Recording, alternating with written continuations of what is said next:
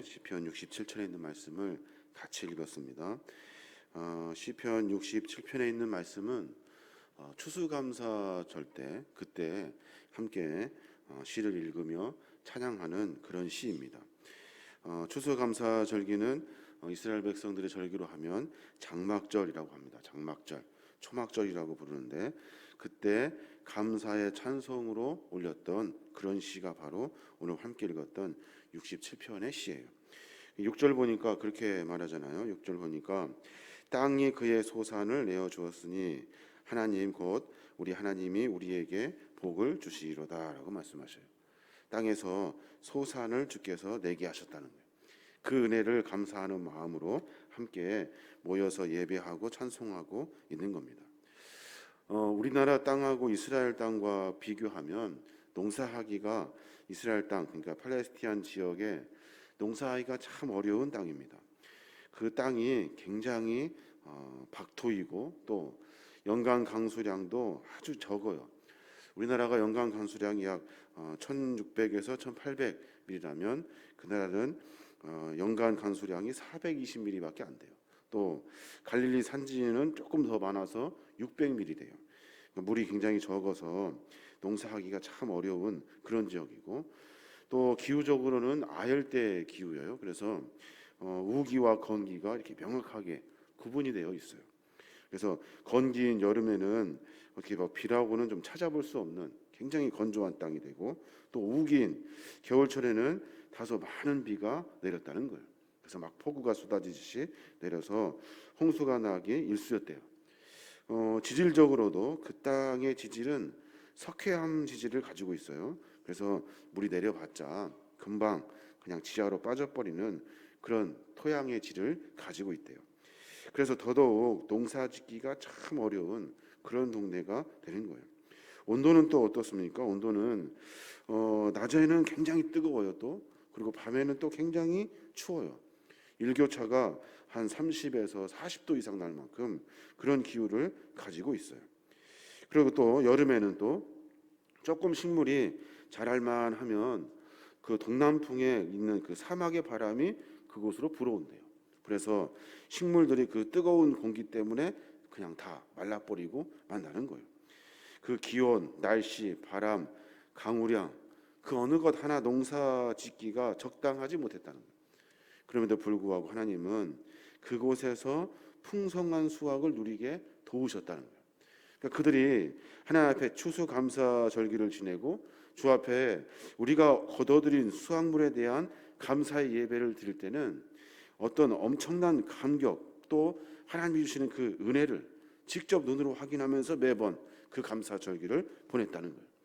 그러니까 어떻게 농사를 지을 수 있는 그런 땅도 아니고 또 여러 상황이 풍성한 곡식을 거둘 만한 그런 조건이 안 됨에도 불구하고 하나님은 우리에게 은혜를 베풀어 주셔서 풍성한 소출을 거두게 하셨다는 거예요. 그게 바로 장막절이라는 거예요. 또 특별히 장막절은 어떤 의미를 가지고 있습니까? 이스라엘 백성들이 광야 그 40년 동안 그 생활하다가 이제 하나님께서 보호하시고 인도하셔서 이제 거룩한 가나안 땅으로 들어가는 그 순간이에요. 그 이스라엘 백성들 그 애굽의 노예로 살면서 그때 하나님께서 그 양의 피를 문에 발라 그 죽음을 면하게 하셨던 그런 일들 그리고 또 가나안 땅에서 그 살면서 여러 가지 광야 생활 속에서 지켜주시고 보호해 주신 하나님의 그 은혜를 기억하는 그런 절기가 바로 장막절이라는 거예요.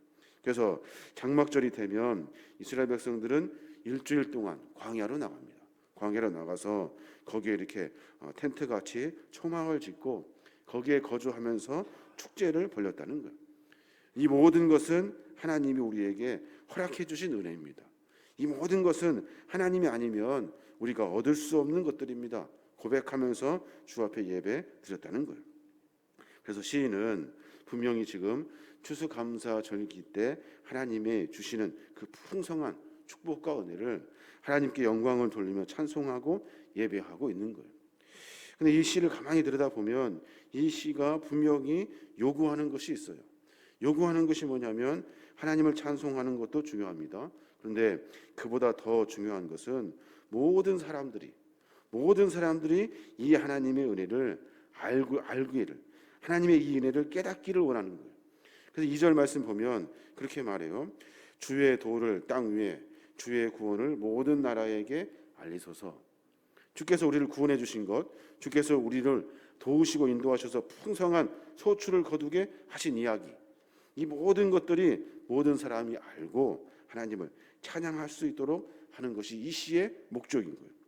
그래서 시인은 먼저 이스라엘 백성들이 구원의 도를 만민 중에 선포하라라고 선포하고 있고, 또 하나님의 거룩한 백성으로 이 땅에 살고 있는 모든 사람들은 하나님을 찬송해야 된다라고 이렇게 이야기하고 있는 거예요. 그래서 우리 신앙인들은 하나님의 은혜를 만난 사람은 하나님이 나에게 은혜를 베풀어 주셨지만 이 은혜는 궁극적으로 다른 사람들에게 소개해 줘야 되는 의무를 가지고 있게 되는 거예요.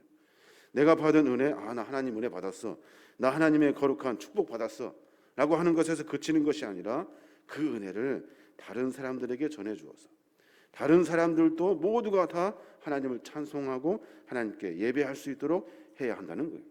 3절도 마찬가지예요. 하나님이여 민족들이 주를 찬송하게 하시며 모든 민족들이 주를 찬송하게 하소서. 5절도 마찬가지예요. 하나님이여 민족들이 주를 찬송하게 하시며 모든 민족으로 주를 찬송하게 하소서. 궁극적으로 하나님의 은혜를 받은 자들이 그 은혜를 소개해 주어서 모든 사람들이 다 하나님을 경외하고 찬양할 수 있도록 해야 한다는 거예요. 7절에 보면 하나님이 우리에게 복을 주시리니 땅의 모든 끝이 하나님을 경외하리로다.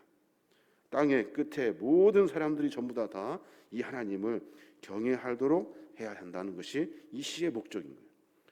우리가 신앙생활을 하면서 약간 편협적이고 독선적인 마음들이 없지 않아 있습니다. 나 하나님의 은혜를 받았어, 거기서 그친다고요.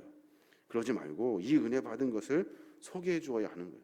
그러니까 신앙인들은 궁극적으로 하나님의 은혜를 만나는 사람들이고, 또 특별히 하나님 우리를 선택해 주셔서 하나님의 은혜를 만날 수 있는 사람이고, 또 하나님은 특별히 우리를 부르신 이유가 뭐냐면 다른 사람들에게 주의 복음을 소개해 주고 모든 사람들이 다 주를 찬송할 수 있도록 해야 한다는 거예요. 유명한 선교사들 그리고 여러 목사님들의 이야기들을 보면 궁극적으로 방향이 정해져 있어요. 그 방향이 뭐냐면 나를 위한 축복에서 뛰어넘어서 온 세계 열방이 주를 알기를 소망하는 마음이라는 거예요. 사도 바울도 그랬고, 그리고 모든 믿음의 선배들이 다 그래요.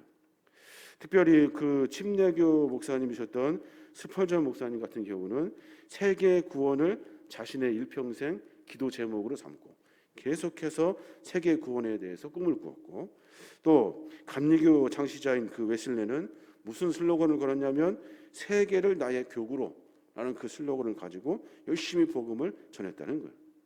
또 여러 선교사들이 모두가 다 세계적으로 세계에 하나님의 복음이 증거될 수 있도록 그렇게 그런 사명을 감당했다는 거예요. 그러니까 우리는 하루하루 살면서 잊지 말아야 될 것이 있어요.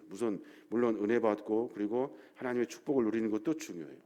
더 중요한 것은 왜 우리를 축복하셨냐는 거예요. 왜 하나님 우리에게 은혜를 베풀어 주셨냐는 거예요. 그 이유는 다른 이에게 주의 복음을 소개해 주라고, 다른 이에게 하나님을 찬양할 수 있도록, 찬송할 수 있도록, 경배할 수 있도록 우리로 하여금 알려주라고, 선포하라고 이야기하고 있는 거예요. 그래서 사도행전에 보면 1장 8절에 그렇게 말하잖아요. 오직 성령이 너희에게 임하시면 너희가 권능을 받고 예루살렘과 온 유대와 사마리아와 땅끝까지 이르러 내 증인이 되리라. 성령이 우리에게 임하시면 우리의 은혜에서 그치는 것이 아니라 그 권능은 궁극적으로 예루살렘과 온 유대와 사마리아와 땅끝까지 이르러 증인이 되는 것, 그게 바로 성령 충만의 은혜가 되는 거예요. 구원 사역을 이루어서 부활하시고 승천하신 예수님을 전하는 것, 그리고 우리의 삶 가운데 개입하셔서 은혜를 베풀어 주시는 그 은혜를 다른 사람들에게 소개해 주어야 하는 거예요. 이게 바로 그리스도인의 사명이라는 겁니다. 오늘 시편의 기자는 그 얘기를 하고 있어요. 우리에게 복을 주소서라고 하는 이 큐티의 책의 제목은 내가 뭘 누리고 하려고 하는 것이 아니라 복이 뭐냐는 거예요. 복이. 이 복은 나에서 그치는 것이 아니라 다른 사람들과 함께 이 복을 누리도록 하시는 것이 하나님의 궁극적인 목적이에요. 이 하나님의 긍휼의 은혜는 어떤 한 사람에게 편협된 것이 아니라 온 인류를 구원하시고자 하시는 하나님의 사랑, 그 사랑으로 연결되는 거예요. 우리가 이런 주님의 궁극적인 목적을, 우리가 주님을 섬길 수 있고 우리에게 은혜를 베풀어 주신 하나님의 궁극적인 이유를 분명히 깨달아서 우리가 그 사명을 감당해야 하는 겁니다. 세상에 많은 사람이 아직도 주의 복음을 듣지 못하는 경우가 참 많습니다. 또 우리가 그냥 복음을 듣지 않겠지, 아니면 여러 가지 생각으로 복음 전하는 것이 참 게으른 경우가 참 많아요. 우리가 매일같이 분명히 그리스도를 해야 될 일은 주의 복음을 전하는 거예요. 어떻게든지 주의 복음을 전하는 거예요.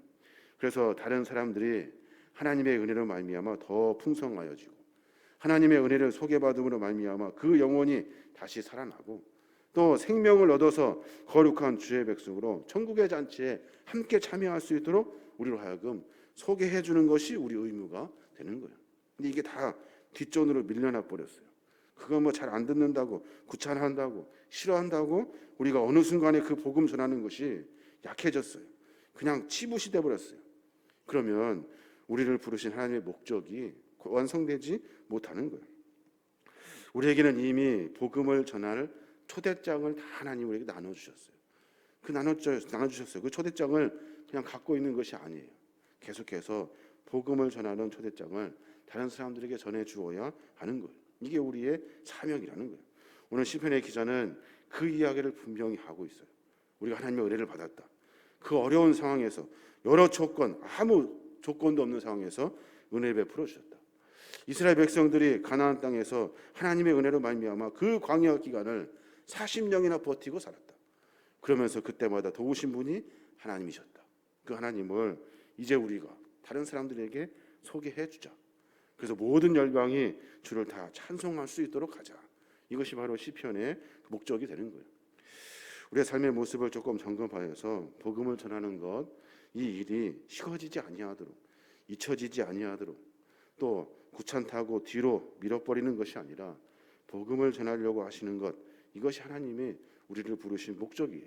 그 목적을 분명히 깨달아서 오늘 하루 가운데 많은 이에게 하나님의 귀한 복음을 소개해주고 전할 수 있는 저와 여러분이 되시길 주님의 이름으로 축원합니다. 아멘.